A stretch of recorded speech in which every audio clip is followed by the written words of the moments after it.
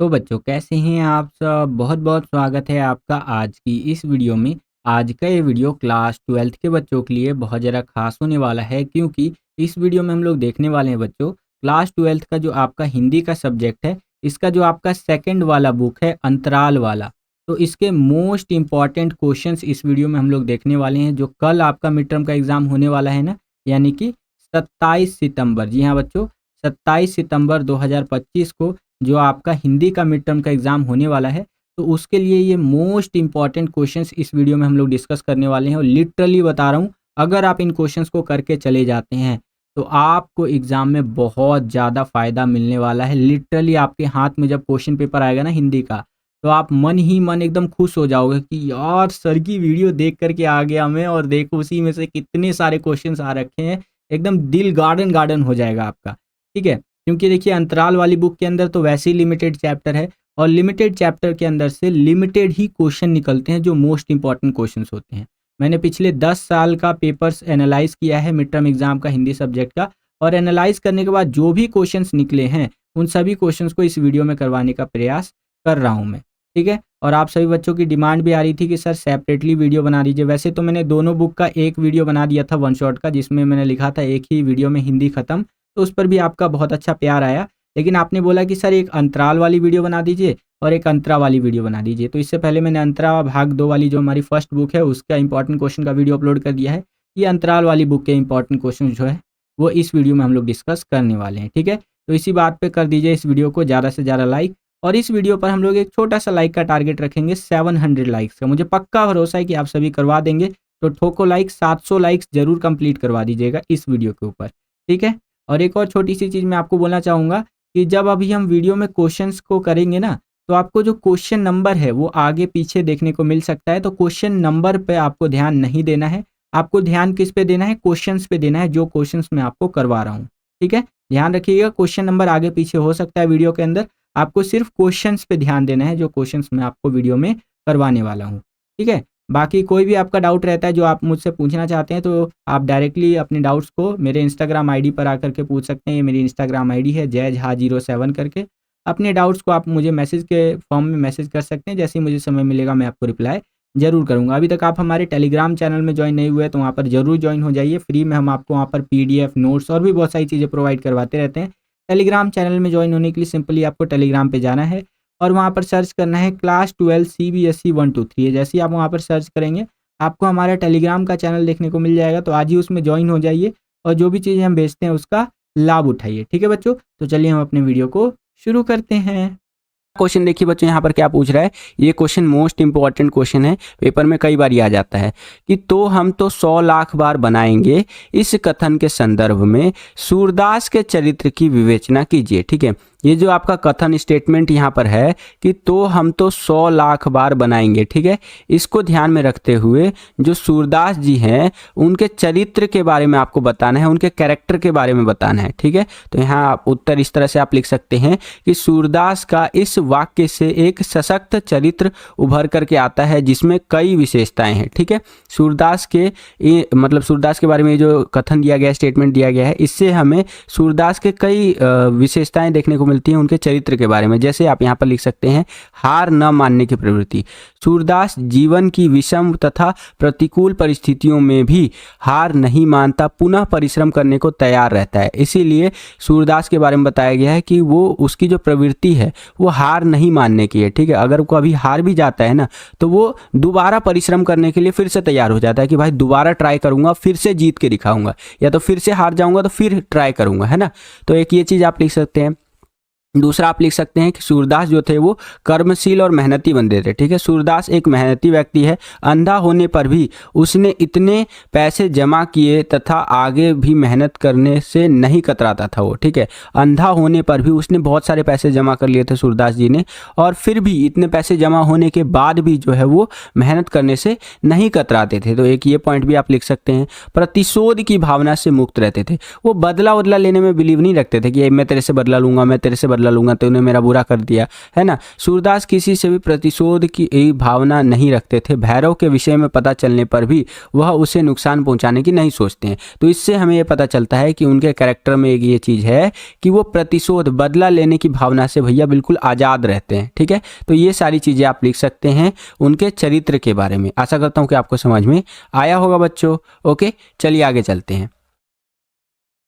तीसरा क्वेश्चन देखिए, ये क्वेश्चन भी कई बार पेपर में आ जाता है कि गर्मियों में लू से बचने के लिए क्या उपाय किया जा सकता है, विस्कोहर की माटी पाठ के आधार पर स्पष्ट करना है। तो देखिए, जो गर्मियां होती हैं उसमें क्या होता है ना, गरम गरम हवाएं चलती हैं। ठीक है, और वो जो गरम गरम हवा होती है ना, जब आप बाहर निकले, अभी तो ठंडी चल रहा है, ठीक है, गर्मियों में जब आप घर से बाहर निकलते होंगे तो देखते होंगे और गरम गरम एकदम हवा चल रहा है, तो वो जो गरम हवा होता है उसी को लू बोला जाता है। और वो लू अगर एक इंसान को लग गया ना, इस तरह से वो गर्म हवा लग गई ढंग से, तो भैया इंसान की हालत बद से बदतर होती चली जाती है।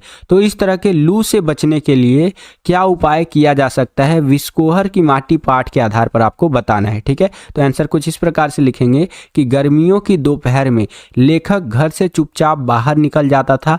लू से बचने के लिए माँ धोती या कमीज से जो सो कि यहाँ पर क्या है, गांठ लगा करके प्याज बांध देती थी। अब प्याज जो होता है उसको अगर आप या तो धोती वगैरह में या फिर अपने कमीज में रख लेंगे ना, तो आपको लू नहीं लगता है, ये कहा जाता है। ठीक है, लू लगने पर कच्चे आम का पन्ना पिया जाता है। आम को भून कर, उबाल कर गुड़ या चीनी में उसका शरबत पिया जाता है। उसे देह में लेपा जाता था, नहाया जाता था तथा सिर भी उससे धोया जाता था। आम बहुत ज़्यादा हेल्पफुल होता है यहाँ पर। ठीक है, आम जो ये आपका फल है, इसको क्या किया जाता है, लू लगने पर इसको कच्चा आम जो होता है उसको पका करके उसका शरबत बना करके पी सकते हैं। ठीक है, गर्म पानी करके, गर्म पानी कह रहा हूँ, गर्मी में मैं गर्म पानी करवा रहा हूँ मैं भी ना।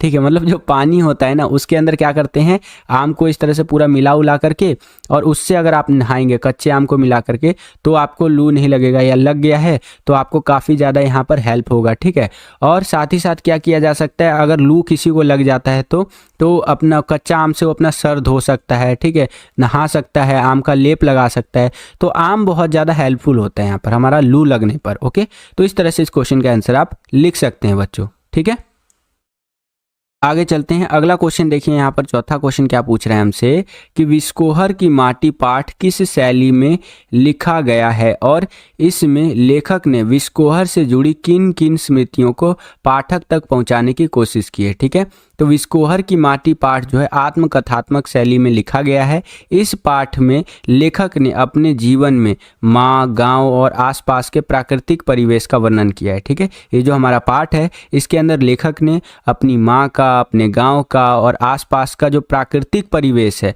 उसके बारे में यहाँ पर बताया है, और ग्रामीण जीवन शैली, लोक कथाओं और लोक मान्यताओं का वर्णन किया है।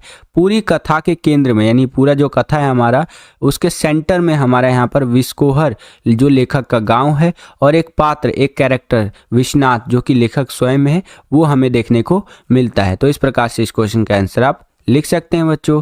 आगे चलते हैं। पांचवा क्वेश्चन देखिए बच्चों, यहाँ पर क्या पूछ रहा है कि लेखक ने किन आधारों पर अपनी माँ की तुलना बत्तख से की है। ठीक है, कि जो बत्तख की माएँ होती हैं और जो इंसानों की माँ होती हैं, उनकी जो तुलना है वो लेखक ने किन आधारों पर किया है, वो आपको यहाँ पर बताना है। तो देखिए, लेखक ने बत्तख की माँ और मानव शिशु की माँ की तुलना करते हुए कई पक्षों को सामने रखा है। ठीक है, लेखक को दोनों में कई समानताएं दिखती हैं। पहला, खतरों से बचाव। जिस प्रकार बत्तख अपने पंखों को फैलाकर अंडों को दुनिया की नज़रों से बचा कर रखती है, उसी प्रकार मानव की माँ भी अपने बच्चों की ढाल बनकर उन्हें दुनिया के खतरों से बचाती है। आपको पता ही होगा कि जब आप छोटे होंगे तो आपकी मम्मी आपको बहुत जगह जाने से रोकती होंगी कि यहाँ मत जा, वहाँ मत जा, ये मत कर, वो मत कर। तो आप सोचते होंगे मम्मी फालतू में मेरे को इतना बोल रही हैं कि मैं ये ना करूँ, वो ना करूँ, मुझे करने देना चाहिए। लेकिन नहीं, आपकी जो माता श्री है, जिनको हाथ जोड़ करके नमन है मेरा, ठीक है, वो आपको इतनी सारी चीज़ें करने के लिए रोकती थी। क्यों? क्योंकि वो चाहती थी कि जो दुनिया के खतरे हैं उससे आप बचे रहे। ठीक है, क्योंकि आपसे ज़्यादा जो है उन्होंने दुनिया देखी है, और पूरी दुनिया जितने सालों से आपको जान रही है मान लीजिए कि आपकी उम्र 20 साल है, तो आपकी जो माताश्री है आपको 20 साल 9 महीने से ज़्यादा जानती है, मतलब कि आपकी उम्र से 9 महीने ज़्यादा आपको वो जानती हैं, समझ रहे हैं आप।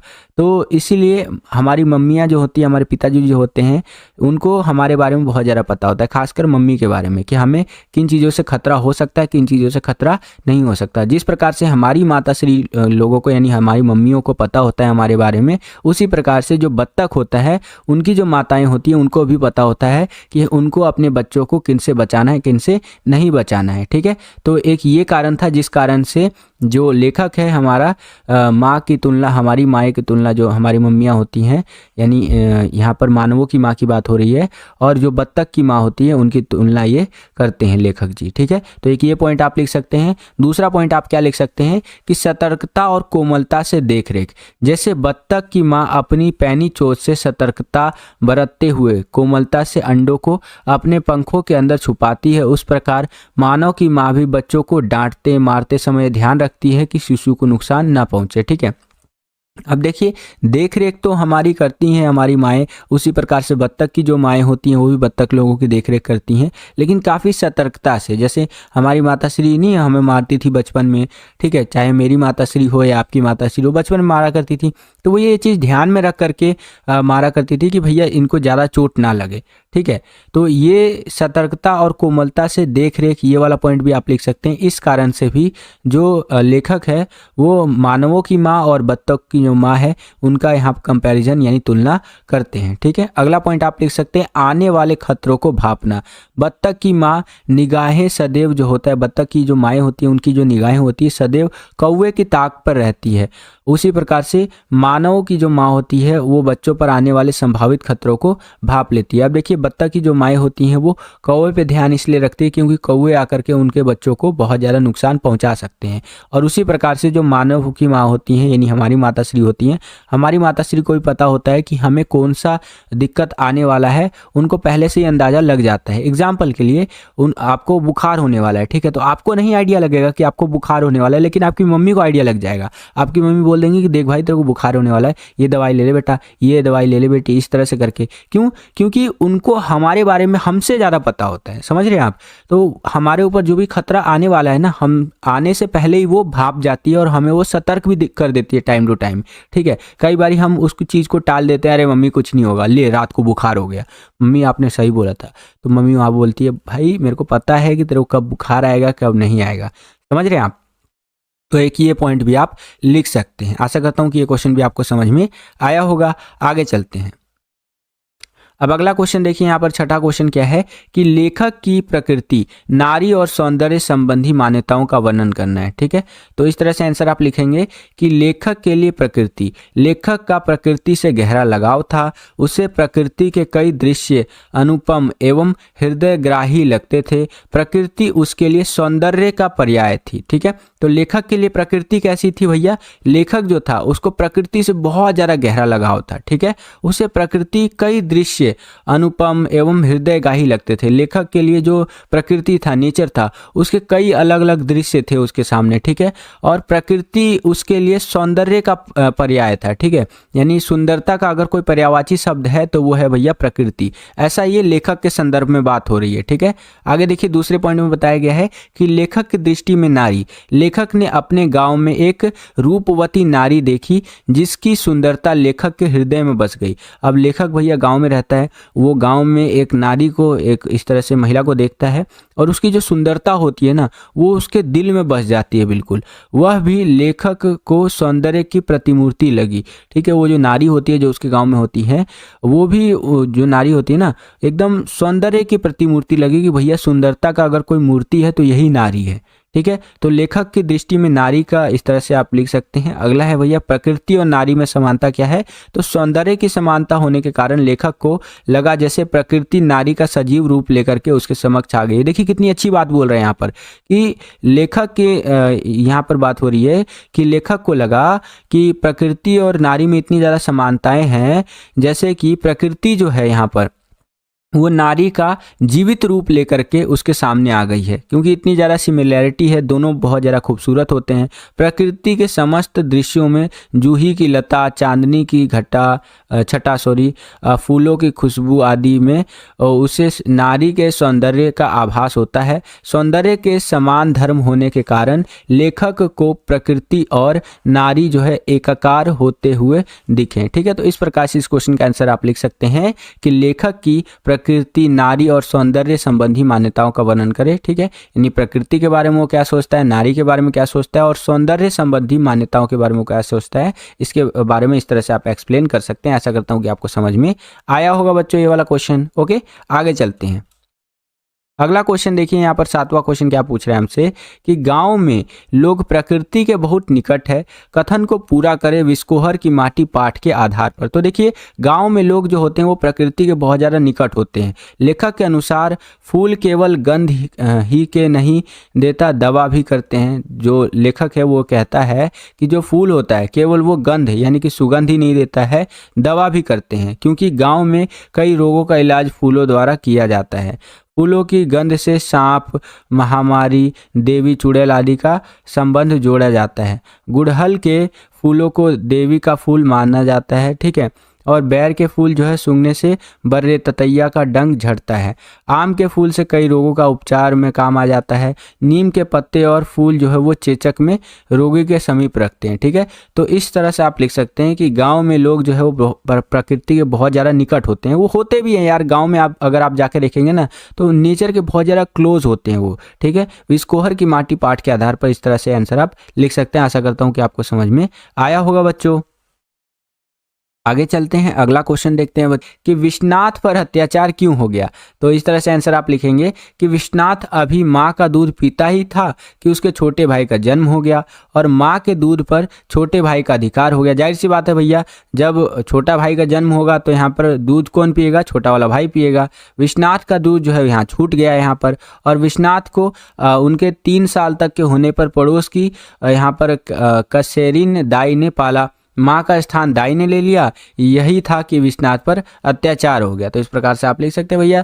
अब जाहिर सी बात है, छोटा भाई हो गया है तो जो माँ के दूध पर अधिकार है वो छोटे भाई का होगा। उस बेचारे को 3 साल तक किसी दाई ने पाला, और यही था कि यहाँ पर कहा जाता है कि विश्वनाथ पर अत्याचार हो गया। ओके, वीडियो अगर आपको पसंद आ रहा है बच्चों तो वीडियो को लाइक करते चलिए। मैं बार बार आपको लाइक के लिए बोलता हूँ, क्योंकि देखिए आपके लिए लाइक करना तो फ्री है, यहाँ पर बिल्कुल फ्री ऑफ कॉस्ट, इसका कोई भी पैसा नहीं लग रहा है। लेकिन हमारा इससे मोटिवेशन का जो लेवल है वो बहुत ज़्यादा बढ़ जाता है बच्चों। ठीक है, यूँ कह सकते हैं कि लाखों, करोड़ों, अरबों, खरबों गुना बढ़ जाता है। तो लाइक जरूर कीजिएगा वीडियो को। ओके, और अपने सभी दोस्तों में भी शेयर कीजिएगा। इससे पहले वाली वीडियोस अगर आपने नहीं देखी है तो उन वीडियोस को भी जरूर देखिएगा बच्चों। ओके, अब यहाँ पर 14वां क्वेश्चन देखिए, क्या पूछ रहे हैं हमसे कि बच्चे का माँ का दूध पीना सिर्फ दूध पीना नहीं होता है, माँ से बच्चे के सारे संबंधों का जीवन चरित होता है। कैसे? विस्कोहर की माटी पाठ के आधार पर आपको बताना है। तो देखिए, बच्चे का दूध पीना अर्थात जड़ से चेतन होने की प्रक्रिया होती है। ठीक है, जैसे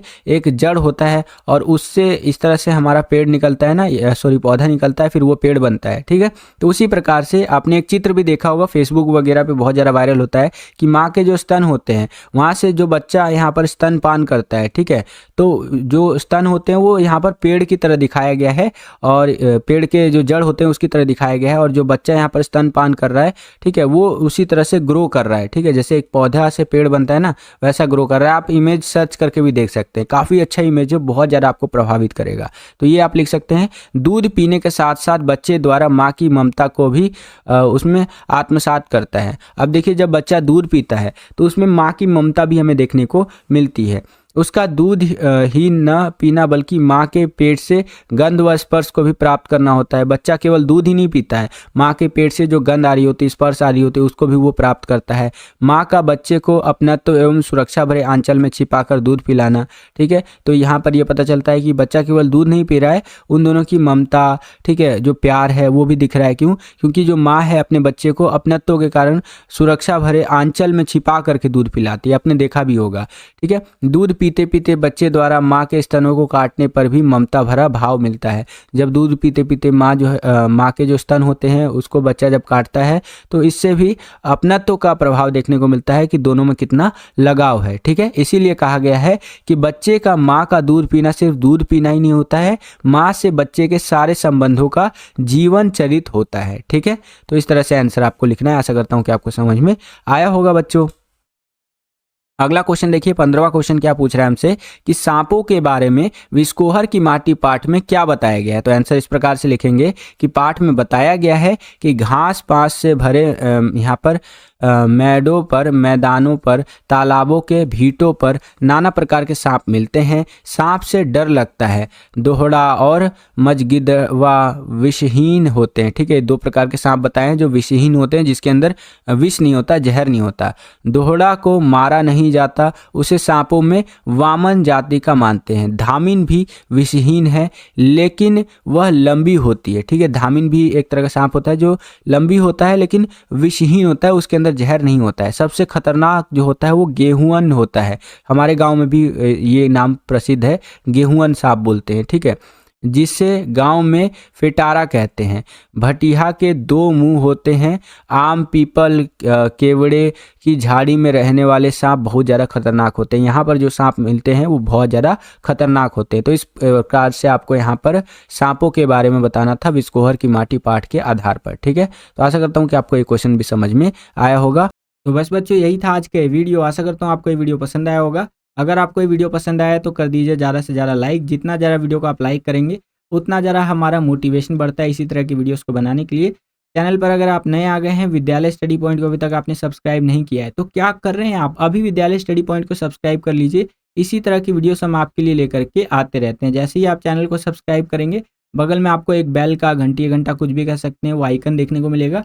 उसको प्रेस करके ऑल पे क्लिक कर दीजिएगा, जिससे कि जो भी हम नया वीडियो अपलोड करें उसका नोटिफिकेशन सबसे पहले आपके फ़ोन पर आ जाया करे और आपकी जो तैयारी है एग्जाम्स के लिए वो और भी बेहतर से बेहतर तरीके से हो सके। इस वीडियो के लिए इतना ही। मिलता हूँ आपसे अगली और एक्साइटिंग वीडियो में। तब तक के लिए खुश रहिए, खुश रखिए सभी को। जय हिंद, वंदे मातरम।